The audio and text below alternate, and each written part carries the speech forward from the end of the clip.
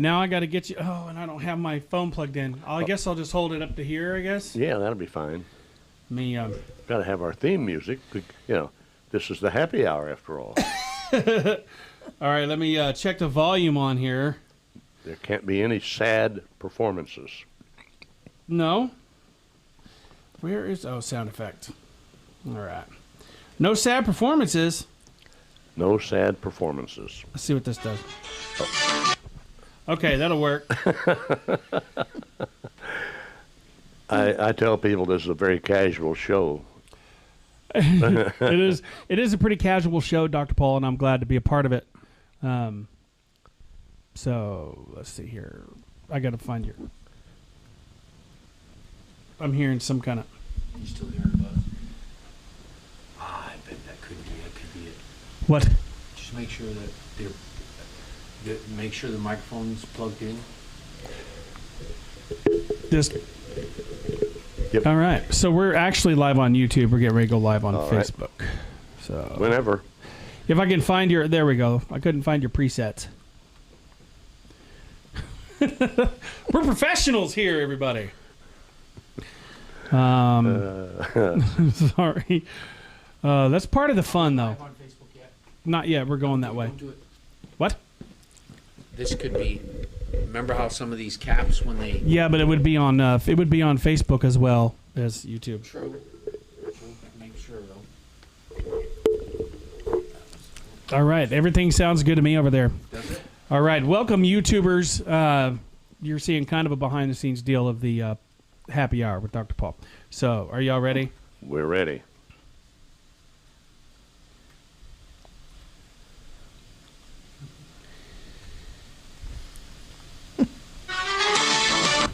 Oh, it's...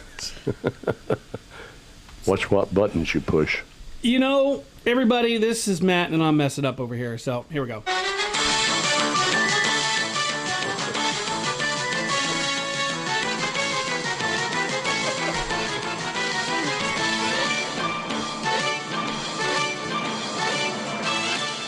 Well, hello everybody. We're only 4 minutes late getting to you, but we're here.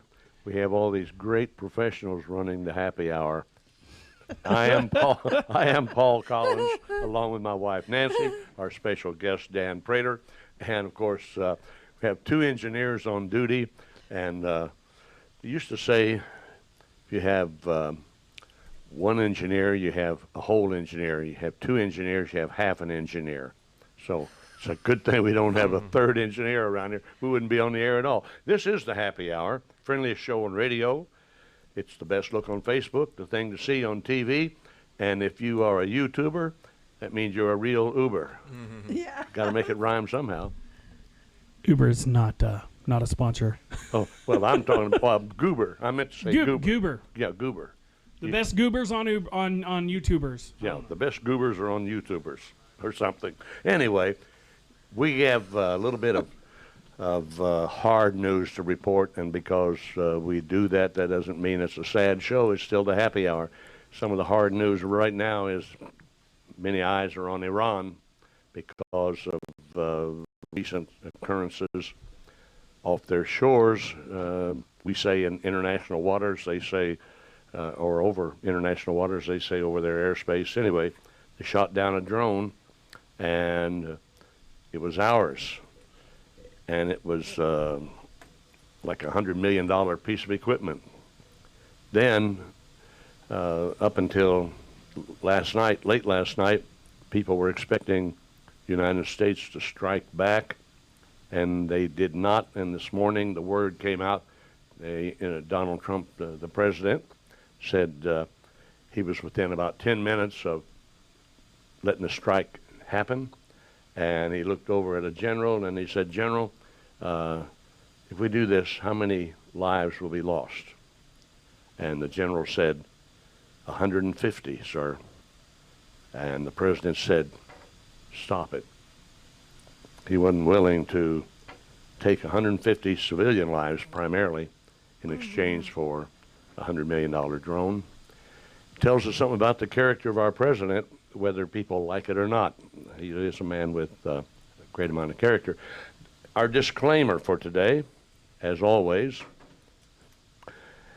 Acts Ministry nor Acts Media Group is responsible for anything said on this broadcast and or anything that you may see on this broadcast. They are not responsible. Having said that, I want to say a good word about Acts Ministry. Acts Ministry is now over 26 years old from the day it was conceived in my mind as a gift from the Holy Spirit. And coming up now on in August, I believe it will be 5 years since Dr. Jim Whining took over as president with a new board of directors. In fact, Matt, I think you're on the board of directors, aren't you? Yes, I am. Wonderful. Anyway, Acts Ministry is a nonprofit, and Acts Ministry operates on a very, very small budget, very small. I believe I'm correct in saying somewhere in the neighborhood of $2,000 a month, maybe a little more, not much more, if any, but it's a very small budget, touching veterans, the handicapped, the parents of autistic children, those with kidney disease, all kinds of good causes, because if there's a good cause, Acts Ministry is there and doing their part. Also helping some of our guys who do hospice ministry, some who do nursing home ministry, and et cetera. In fact, one of our guys went to a nursing home. In fact, Matt, it was your dad who went to a nursing home on my behalf about 2 weeks ago and served communion to an old friend of mine who had not had communion in a long, long time. And about a week later, the man went to heaven. So Acts Ministry is always there. Anybody want some water? Matt's handing out free water. No, thank you. I'm good, thanks. So Acts Ministry serves where needed by doing the right thing. And Acts Fest is coming up the third weekend in July. There is a schedule for Acts Fest online. You can find it at actsmediagroup.com. Acts, A-C-T-S, mediagroup.com. And the schedule for Acts Fest is there. Some great workshops. And then, of course, on Saturday night of that weekend, the banquet. Always a very special occasion. And they'll be recognizing some people who will be receiving awards because they were nominated and voted on by the people who are regularly associated with Acts. It's always a great time. Matt, later on, I may call on you to give us some detail or something about Acts Fest. In the meantime, welcome, Dan Prater. We're so glad you're here. Thank you. Good to be back. Dan, you are our resident nonprofit expert, no question about it. Dan just handed me the study that he did in 2016, Springfield Area Congregation Study, Profile and Community Engagement. And it's a lot of pages, and I'm going to be looking at this with great interest. But Dan, you told us last time when you were here that within the bounds of the city limits of Springfield, there are 1,663 nonprofits. Did I get that right? Well, when I did an analysis 7 years or so ago, that's what the number was. The current number of registered nonprofits, now keep in mind, that's a broad group, Right. but it's 2,489 in Greene County. Whoa, we're growing. About 6 to 7% a year. Now, what kind of monetary figure can you put on that as to what, do we have an idea how much money is taken in by nonprofits? The analysis that we did a few years ago, it was around $4 billion. $4 billion. Correct. In this area alone. Greene County. In Greene County, $4 billion. That's with a B. That's a lot of money. But again, you have to remember, Cox Hospital and Mercy Hospital are registered nonprofits. Most hospitals are. Right. And Drury University, Evangel University are nonprofits. Right. So some of the biggest institutions in the community are nonprofits. So that number, I can tell you that number is misleading. 99% of the assets are held by 1% of the total groups. Run that past us again. 99% of the assets and revenue fall under 1% of the groups. So 1% of the groups has 99%. The rest of the 99 only has 1%. That's interesting. Yeah. Now, is there a way to? Of course, that includes the big hospitals here, and 2 universities. That does not include Missouri State University because it's a state institution, so Correct. it's not a nonprofit. Correct. Now, so OTC and Missouri State are tax-funded Right. organizations. Right. They have nonprofits under them, like they have a foundation and things like that, but they are not considered a nonprofit. So out of these 99% of the assets, are we talking with or without the hospitals in that equation? That's with. If you take the hospitals out, it becomes spread more evenly. I see. Yeah. This is fascinating, folks. I hope you're paying attention because many of you are dealing with nonprofits every day. In fact, it's probably all of you, whether you know it or not.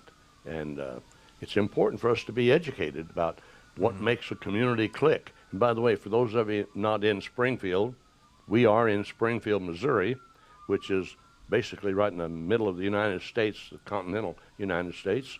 And for those of you in an international audience, I'm sure you have something in your community, like you fellows in Germany. You have something in your community that resembles nonprofit, I'm sure. You know, most people are born in a nonprofit. All right. They go to school in a nonprofit. All right. Many. They are, they worship in a nonprofit. They're married in a nonprofit. And often their final days on earth are in a nonprofit. Interesting. Almost every aspect of our life, at least in America, is touched by a nonprofit organization.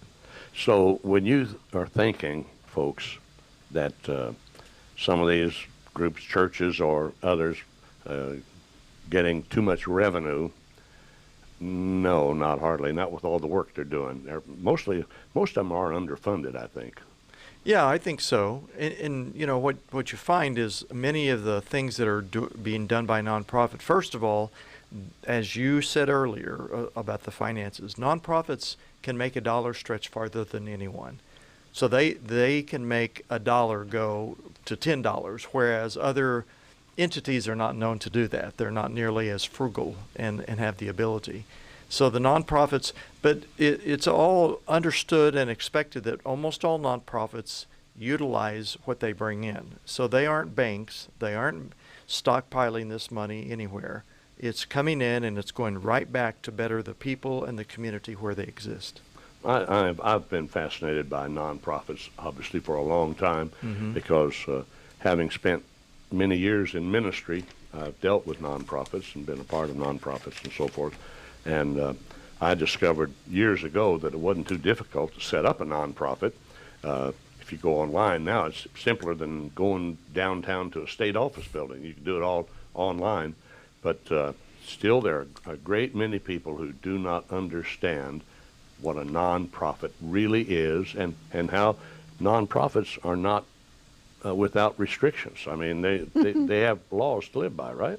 Oh, yes, they have many laws, every aspect of. Now, and keep in mind one thing, though. Not every group that calls itself as a nonprofit is a nonprofit. So what I mean by that is most nonprofits have 2 steps they have to do. Number one, you have to be incorporated with the Secretary of State in your state. So wherever you exist, somebody registers or incorporates nonprofits. Once you're incorporated, you can go to the IRS and ask for a tax exemption status. And the 2 aren't separate. The IRS gives you the tax exempt, the state gives you the incorporation. But there are plenty of groups that call themselves nonprofits and haven't been incorporated and are not tax exempt. In fact, the IRS estimates that maybe almost half of all organizations that call themselves nonprofits are not what I would consider a legitimate nonprofit. They're just do-gooders. Okay, so they are tax exempt, and perhaps they shouldn't be? No, they can't be tax exempt unless they're incorporated. Okay. You can't get tax exemption unless so you have to be incorporated. But what I'm saying as an example, if there's a need in a community, somebody gets their friends together and they call it the neighborhood whatever group, and they put in, go to convenience stores and put in jars and collect money. They call themselves a nonprofit, and they're do-gooders, but they're not a nonprofit as you and I describe a nonprofit. Now, if the IRS had a means of tracking that, then that whatever goes in that jar, whoever receives it could be responsible to pay tax on it, right? They absolutely would be. And anything you put in the jar, you can't get a tax receipt for it. It's not you're not tax exempt. Interesting. Now, churches. Wow. Yes. I was told to tell you about Cradle to the Grave nonprofit is there. Mm-hmm. Okay. That's what it. I was, That's right. Somebody told me to mention that to you. Cradle to the grave. I like that. I wonder if I can use that, if they'll let me borrow that. That's got to be a good slogan for something. Yeah, every aspect. From cradle to the grave, a nonprofit should be brave. Mm-hmm. Something. Yeah. Oh, my poetry is worse than your dad's. Your dad, Bruce. Your dad, Bruce, is a good poet, Matt. Yes. Your dad, Bruce. Oh, All You right. got the ads over there with you. Do what? You have the ads over there with you? Oh, yeah. Well, that's okay. I'll handle it. Okay. Now, churches, because I've worked with denominational churches. I've worked with those that have no denominational connection. Some denominations provide, whether on a geographical area, they will provide a group exemption. They have a group tax exempt position. For instance, I'll use as an example the United Methodist Church in Missouri. It is set up as a corporation on the state level, and that has a group tax exemption covering for their churches. Mm-hmm. Now, that means that in their case of that being an international denomination, in every area, because they usually divide their churches up into areas that we'll call conferences, but then there may be 2 or 3 conferences in an area, but that area will be incorporated, so the local church rides under that tax exemption. Mm-hmm. Independent churches don't have that luxury. So in order for them to be totally tax exempt, what do these independent churches do? Well, actually, the IRS does not require a church to file. They don't have to apply, I should say. They have to file. They don't have to apply.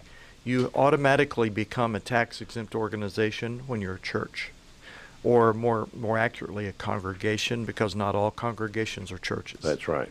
So we use the word congregation. Right. But they don't actually have to apply its automatic status if they're a congregation, a religious congregation. But now they do have a definition of religious congregation. So as an example, when we did the study, there's a group called the Church of the Flying Spaghetti Monster.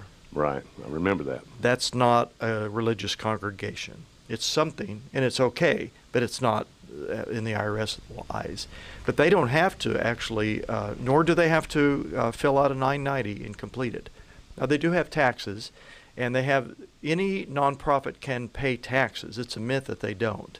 There's something called UBI or UBIT, unrelated business income. So if, let's say, Acts Ministries decides to buy a horse ranch and start leasing it out to people who want to put their horses there, that probably does not align with your overall stated mission.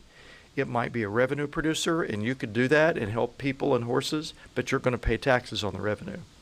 So any unrelated business that you do that you generate, you're going to pay taxes on. But as long as it falls under your aligned mission and the work you said you exist to do, there are no taxes. Now,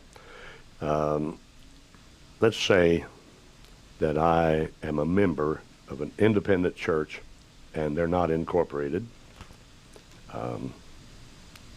We'll call it a religious congregation. In my case, a church. Mm-hmm. And I give them money. Offering plate comes around every Sunday morning, Sunday night. I put money in there. Is that tax exempt? Yes, because they are, regardless of their name or affiliation, they are automatically a tax-exempt organization. All right. Now, I have to be careful how I phrase this question. Not because I'm in danger of offending anyone, is I have to be careful how I phrase it so it'll be clear to all of us, audience included.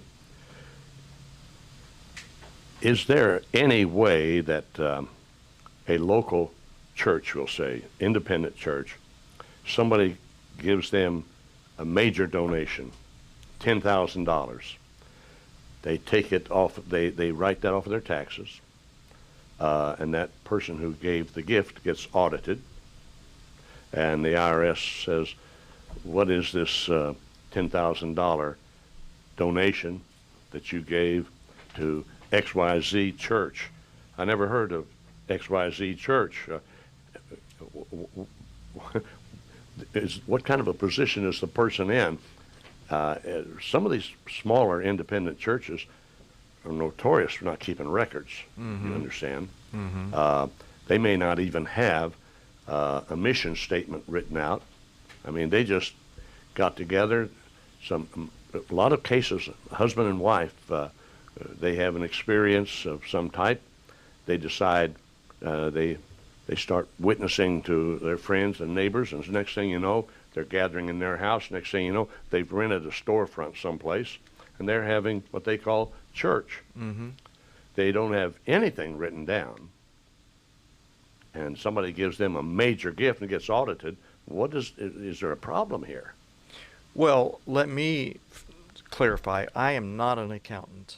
Okay. Now, I work for a big Right. company that has Right. CPAs, but Yeah. I'm not an accountant, so I'm going to pause on that question because honestly, you're getting into the legalities of accounting work, and I don't know, but I will address it from a structural point of view. Okay, that's what I want. And to say, if you have an organization, even if it's a church or you're just helping the neighbors, you need to have meticulous records. Your records can be called into court. And the absence of records is recklessness. So whether you're, receiving donations, how you process them, I spend a great deal of my time teaching organizations, specifically boards, to develop the proper policies and procedures. It's risk management. If you don't have policies and procedures, I don't care what kind of work you're doing, your organization is vulnerable and you're in jeopardy. That's right. So, sort of answering your question, always have records of what's coming in. And you heard me say this last time, professionalism has nothing to do with size. It's your mentality. Yes. The word says that whatever we do it with the utmost excellence as if we're doing it to God. That's right. And it doesn't say when you get to be a big organization or a big church, should you have this professionalism, the way you do things. No, you do it if you have 3 people. And if you don't, you probably don't have that mentality when you have 3,000 too. Well, we're Yeah. still on this topic of which is pretty close to my heart, the small independent churches. I call them mom and pop churches, not out of any kind of derision, but lovingly, because I have spoken in many, many, many of those churches over the years, and a lot of wonderful people there, and pastor and his wife do a good job of meeting the pastoral needs of their folks. But all of that having been said in favor, my thing is, if you're going to be contributing someplace, I think the other side of the equation concerning stewardship falls on the individual. For me, I need to know what am I giving to, and et cetera. Otherwise, I'm being reckless. Absolutely. So it weighs itself out. The organization, even without being a legal organization, and then the donor, it needs to balance.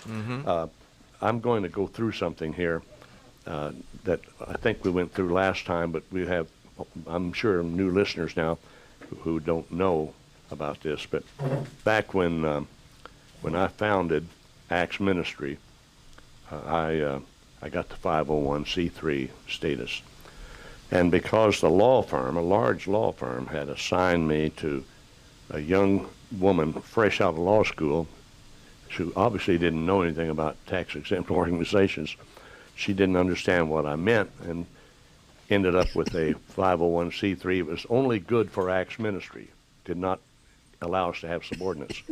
So I had this problem, and one day I met an accountant who's probably more a bookkeeper than anything else, but, well, he's a tax man, really. And we were at the IRS office, and I told him, he made inquiry how things were going. I told him what had happened. He said, I can fix that for you. And he did. He took care of it. We got Acts Ministry. We had, in both cases, had to put up a $500 non-refundable deposit. But he got it done. He got its a group tax exempt 501c3 status. And the IRS sent back $500.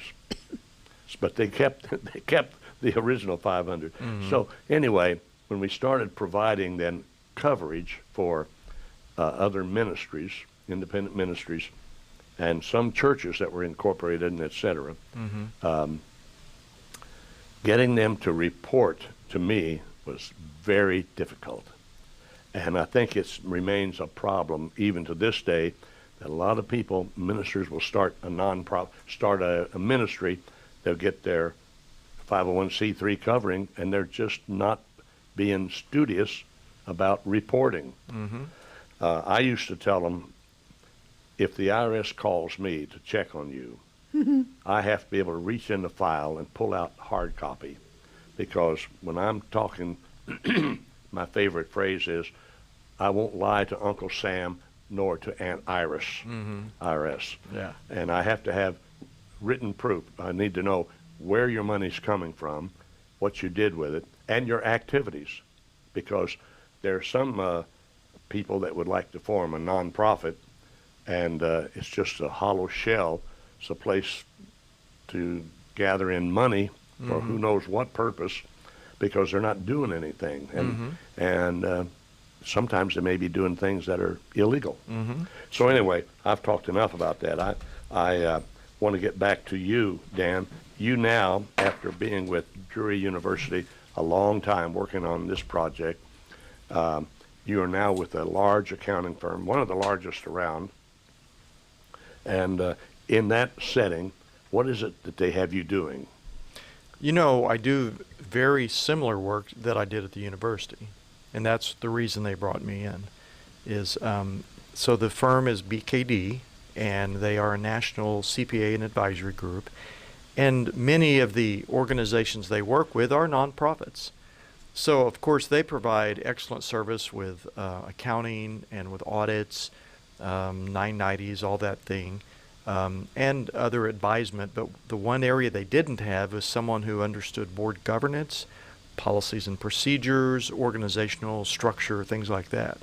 So that's what I do, and a lot of what I do is like lead groups through the development of policies and procedures. I lead them through strategic planning to help form their mission and vision and value statement, and then a tangible plan that has activities, key priorities, performance indicators, and implementation. Very thoughtful how we do the work. I also advise large, high net worth individuals who don't know what to do with their money. So and this is more common than you might think, someone with large amounts of money as they near the end and may not have children, and they aren't sure what they want to do. So it sort of goes back to, if you're a donor, whatever that may be, a $20 gift or $20 million, and that's not uncommon. No. We want people to do their homework. And it is easy just to give out money and think because the sign says church or ministry or whatever that they're do-gooders. But we want to encourage donors to be very cautious and use wisdom before they give their resources, both time and money, to any organization. That's right. Now I want us all to hold it right there, because we're going to come back to it. Matt, I think it's time for a commercial break. We'll rely on our good engineer and station manager, Matt Pearson. Go for it, Matt. All right. All right. Hello, everybody. Thanks for joining us here on the show today. Today, I'm going to talk about something we haven't talked about on the air yet. Let me get Dan Prater's name off of there. So my question is this. Are you looking for a natural product that relieves your sore joints and back? Do you have an unwanted rash or a skin irritation that you want to get rid of? Do you have a bump or a bruise that you want to go away? Well, Mama Doc's Super Salve might be your answer. Now, we're not all alike, so, the results may differ. However, isn't it worth to try just to see that you can be relieved or healed the natural way? Just think, you might be able to avoid those harmful side effects of prescribed medications. Now, this comes in a 1.8 ounce size. It's a salve. Another product on there that I have used personally is Super Hemp Balm, and it works great. Yeah. I was pretty skeptical at first, and then when I tried it, it was amazing. Now, like I said, you guys might be different, but, and there goes Jay behind me. But yeah, you can get that at www.naturalsolutionstore.bz. That again is naturalsolutionstore.bz. Back to you, Dr. Paul. All right, thank you, Matt. Now, back to Dan Prater. Dan, I have a thing I printed off. It came in my email, and it's from a local person who does all kinds of, he's a certified financial planner. But he had trends in charitable giving. This was an update as of June 19th. According to Giving USA 2018, Americans gave an estimated $410.02 billion to charity in 2017. That's the first time that the amount has totaled more than $400 billion in the history of the report. So for the first time, it went beyond $400 billion to over $410 billion. He said Americans give to charity for two reasons: to support a cause or organization they care about, or to leave a legacy through their support. I'd have to add a third, or maybe get some tax advantage.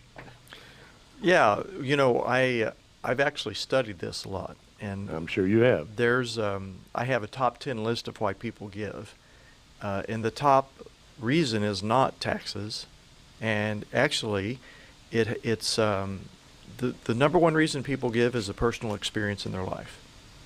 So whether that's faith, action, or in some cases a house burn and the Red Cross was there to help them, or they had a family member who had cancer and the Cancer Society or Breast Cancer Society helped them, or whatever that cause is, that's the number one reason people are more likely to give.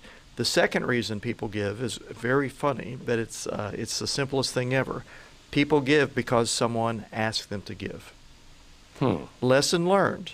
Yes. You have not because you ask not. Exactly. That's what the scripture says. Exactly. So we have to be bold about our ask. And there are other reasons, people give. They do want to help out. Sometimes people feel a debt of gratitude for being helped earlier, younger in life, and they want to give back to their community and better their community. But, giving, and we can't ever forget this, it also falls in line with the volunteerism, which I have another report I'll give you.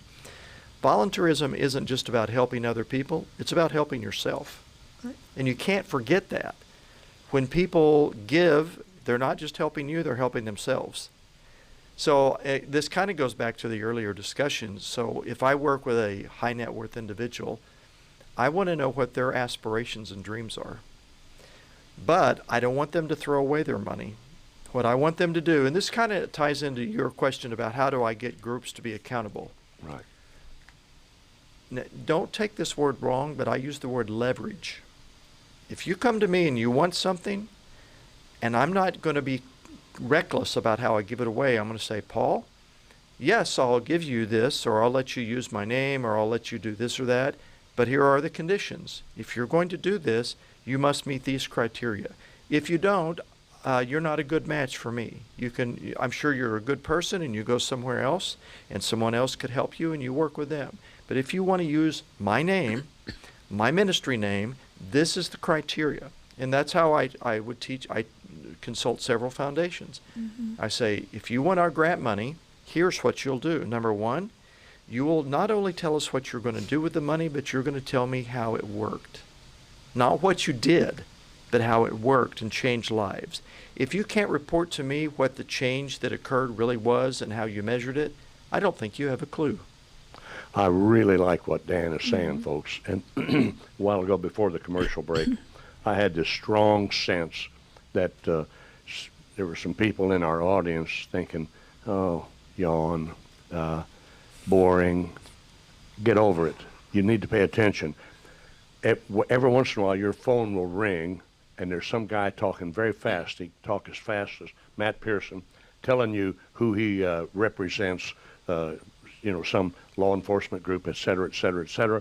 And when you try to tell him, and usually it's a man, you try to tell him all of my discretionary income is committed, he just keeps right on rattling it off.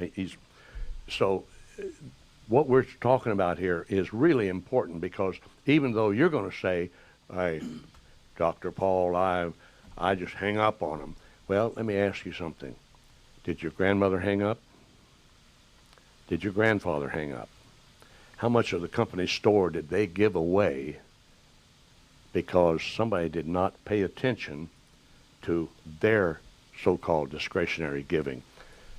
Nancy knows from experience of having over 30 years nursing practice with geriatric patients. There were people in the nursing home that maxed out their credit cards, right? Oh, yeah. Oh, yeah. So the information we're getting, Dan, from you is not good just for us, but it's information we need to share.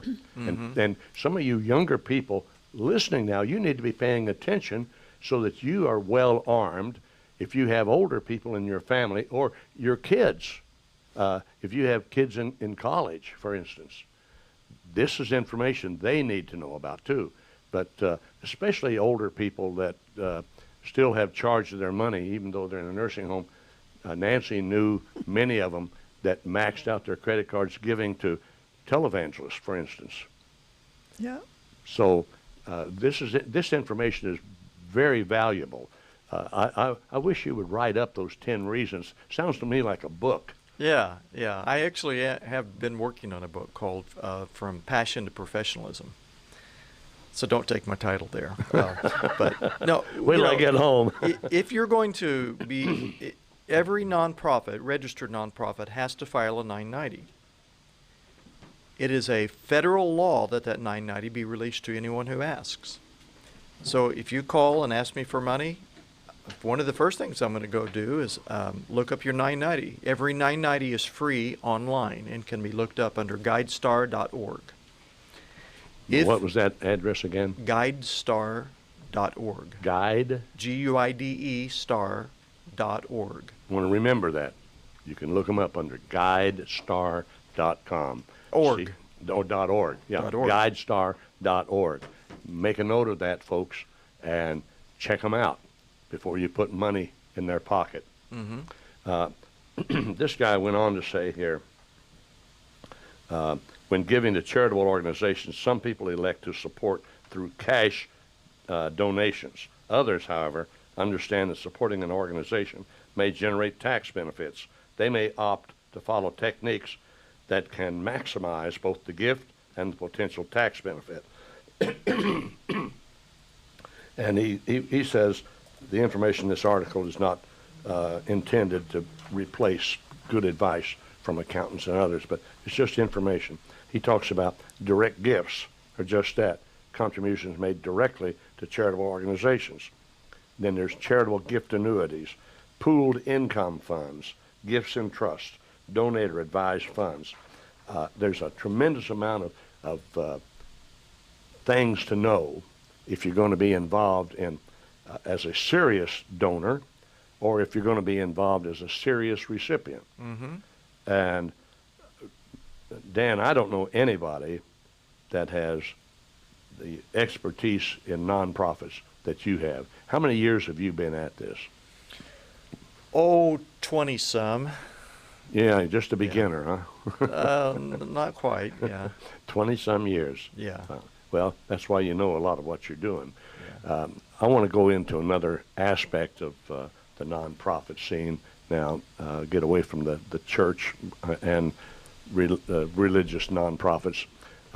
Some of the organizations, I call them civic organizations, whether, for instance, I'll pull one out of the air, Rotarians, the Rotary Club. Is that a 501c3 of some kind? Yes, absolutely. Lions Club, Kiwanis, Rotary, Sertoma, those kinds of groups, those are all highly respected, reputable 501c3s. And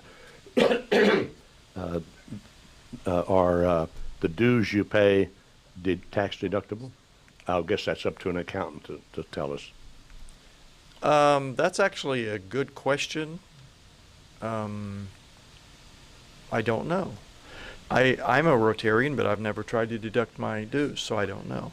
I found it quite interesting. Many years ago, I was called into a large city to be interviewed by a civic organization to represent them in all of the southeastern portion of the United States. And I was amazed at their headquarters. Mm-hmm.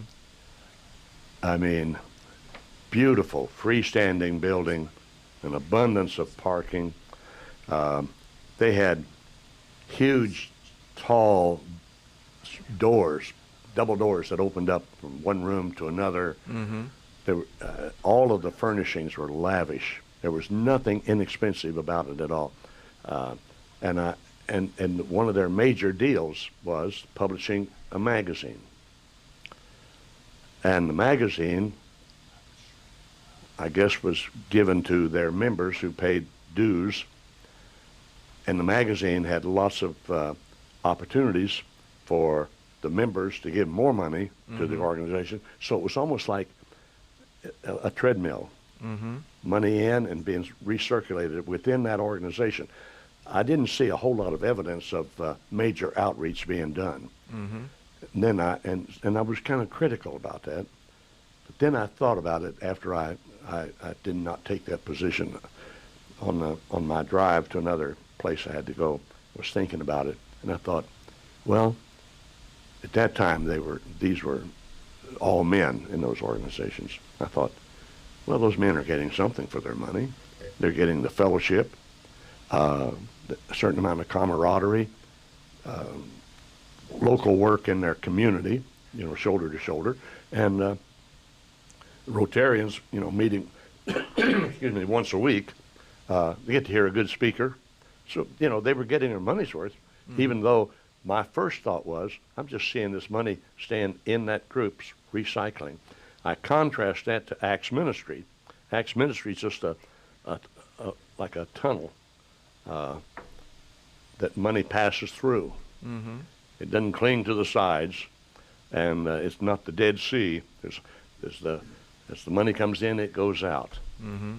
And by the way, I want to give a report on one of the projects was trying to create an awareness about kidney disease, and we had, I think, our second guest on this show months ago was Randall Phillips, who had been at that time on dialysis for about 10 and a half years. He had 11 years on dialysis, and the other day he had a kidney transplant. And the last word was he was out of ICU, and felt like that the kidney was beginning to wake up and so forth. So we're still believing and praying for Randall's total recovery. But Acts Ministry was involved in that. And that means Matt was involved and Jason. It was a wonderful thing. I think about that. I think whenever I see a text from Randall Phillips now, and he's keeping us posted on his progress, I think, how wonderful. And so when we think about nonprofits, I like to think I can see something that they've done or doing. Mm-hmm. And if I was going to be evaluating one, I'd want to know. Now, back to churches. Study of congregations, churches or any kind of religious congregation. Sometimes you can see what they're doing, and sometimes you can't. Mm-hmm. Right. I wanted to do this study because I heard people complain about churches all the time. Oh, take their tax exemption. They're not doing anything, they're this and that. And I'm like, let's just find out. Let's tackle it. So my research partners at Missouri State and I set out to, number one, and this was no small task, to identify every religious congregation just in Greene and Christian. It's just those two counties.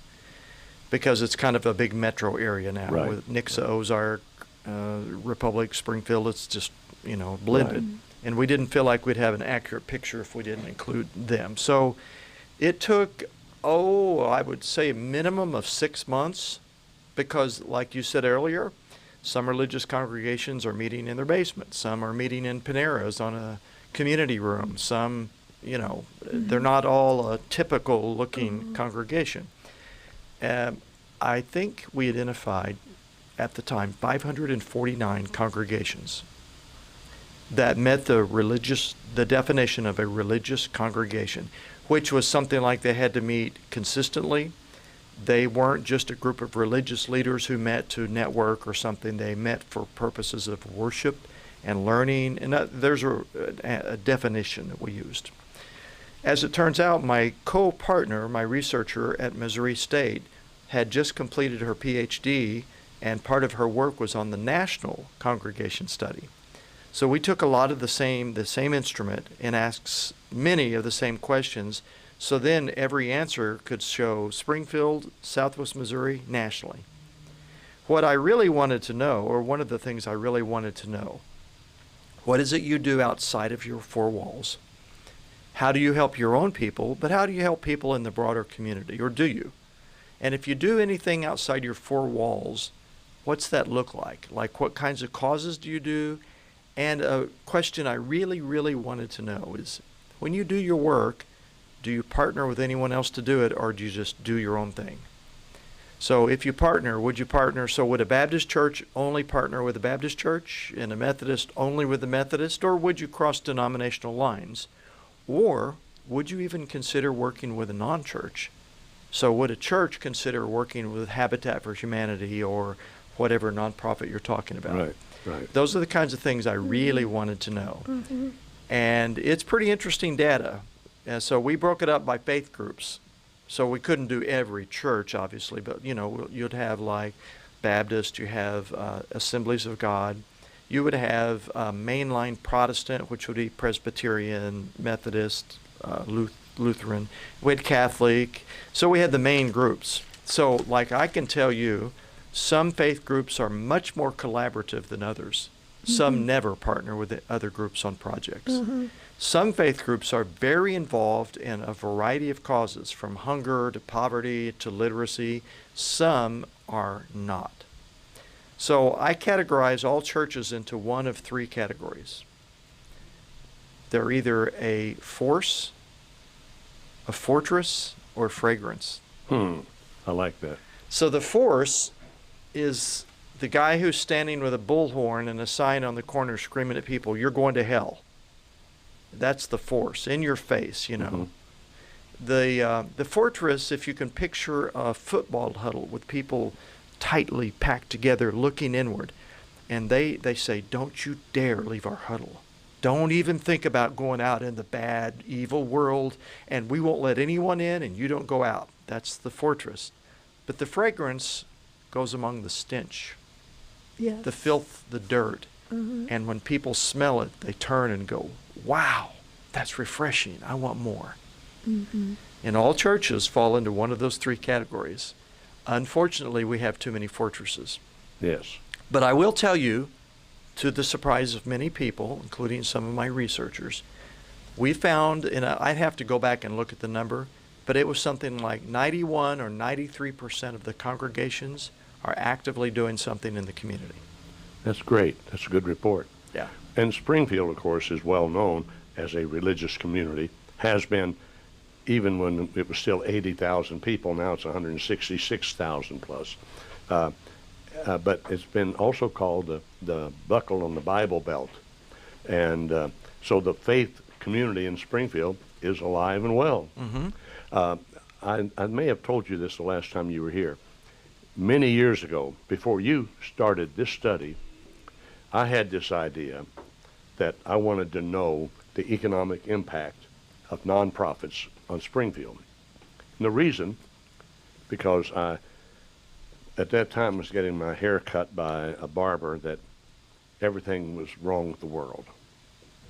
And he kept going on and on and on about, well, if they would start charging property tax for all the churches and church organizations, his taxes wouldn't have to be so high, on and on and on. And so I thought, this guy doesn't have a clue. A lot of people don't have a clue. If you take these nonprofits out of the economic picture, you've got a bleak picture. I mean, if you take the payroll out from the Assemblies of God headquarters in Springfield, it's going to make a dent. Mercy Hospital Systems just the other day announced about 1% of their workforce being let go. However, they're in the process of trying to hire about 350 other people. But and they have a huge workforce. 1% of those people, going to be looking elsewhere for a paycheck. So anyway, I talked this over with a friend of mine, and he took me to see a big community person here in town at that time, see if I could get some help on getting this information together. All he did was recommend some guy in St. Louis who would charge $40,000. I said, we can't do that. I did talk with the chief financial officer of the Assemblies of God, and I'd known him for years, and he was willing to open their books and say, here. Well, I ran out of time and energy, and the project was way beyond what I would be able to do. So I was really pleased when I discovered a few years ago that you were doing this. This is a valuable thing to have, what you've done with everybody in the community should be alerted to the value of nonprofits to the community. It used to be that one of the first things when the settlers would come in would be put up something that would resemble a school, and it would double for a church. And who knows, the funeral director the undertaker may have had a spot in the back. But anyway, the nonprofits are vitally important. This area study that you did concerning churches, and your three types of churches, when you mentioned the fragrance, there's a couple of passages in the scripture that have to do with the fragrance, right, Nancy? Yeah. Oh, yeah. Anyway, I was preaching in a church in St. Joe many years ago. Oh, yeah. And I was talking about, I've used these references, the fragrance. Paul the Apostle was simply saying, this good news about Jesus is like a wonderful fragrance. It gives life to those of us who believe, but it's death for those who don't. It smells like death. And I was pointing out that you have flowers at a wedding, and it smells like a wedding. You can take those same flowers, same bunch of flowers, to the funeral home and line them up around the casket. It smells like death. Churches need to have the fragrance of life, and that's what Acts Ministry does. Acts Ministry has a mission statement: unity in Christ through the Holy Spirit, and has always been trans-denominational. I never said non-denominational, because we weren't opposed to denominations, but rather work across denominational lines, and trans-doctrinal, so that we didn't let doctrine get in the way of our willingness to work with others. When you were talking a while ago about some would only work with those in their group, Acts Ministry has had a willingness to work even with secular interest. That's the reason why they help at a car show or a motorcycle show or whatever, and so anyway, Dan, we've got just a few minutes left. What's the main thing on your heart that you'd like to leave with this group today? And then we'll have you back another time too. Yeah. I guess if you're part of an organization, push for excellence. That's what I say, and I'm really big on this idea. If you're in a leadership position, whether you're on a board or you actually work at one, you have a responsibility, one to God, but also to the people who are counting on your organization to meet a need. And it's not okay to be casual about that approach. Many of the things that we're working with are life-altering work. We're dealing with wicked problems. Yes. Wicked, deep, complex problems. And I said this last time, I use this a lot. I want you to have compassion, but I want you to have intelligent compassion. Our work must be done with excellence, and it must be backed up with evidence. You can't just say, well, I feel warm and fuzzy. If you're helping someone in poverty, you should know what poverty is all about. All right. We've run out of time, even though we got a late start. Now we've run overtime. Dan, what a pleasure to have you here. We're going to have you back. I have to wrap it up. I can't even do my slow close today. That's how tight we are. Thank you for being with us. Join us next Friday. I'll have a health professional as our guest, and you will be blessed. Thank you very much. See you then.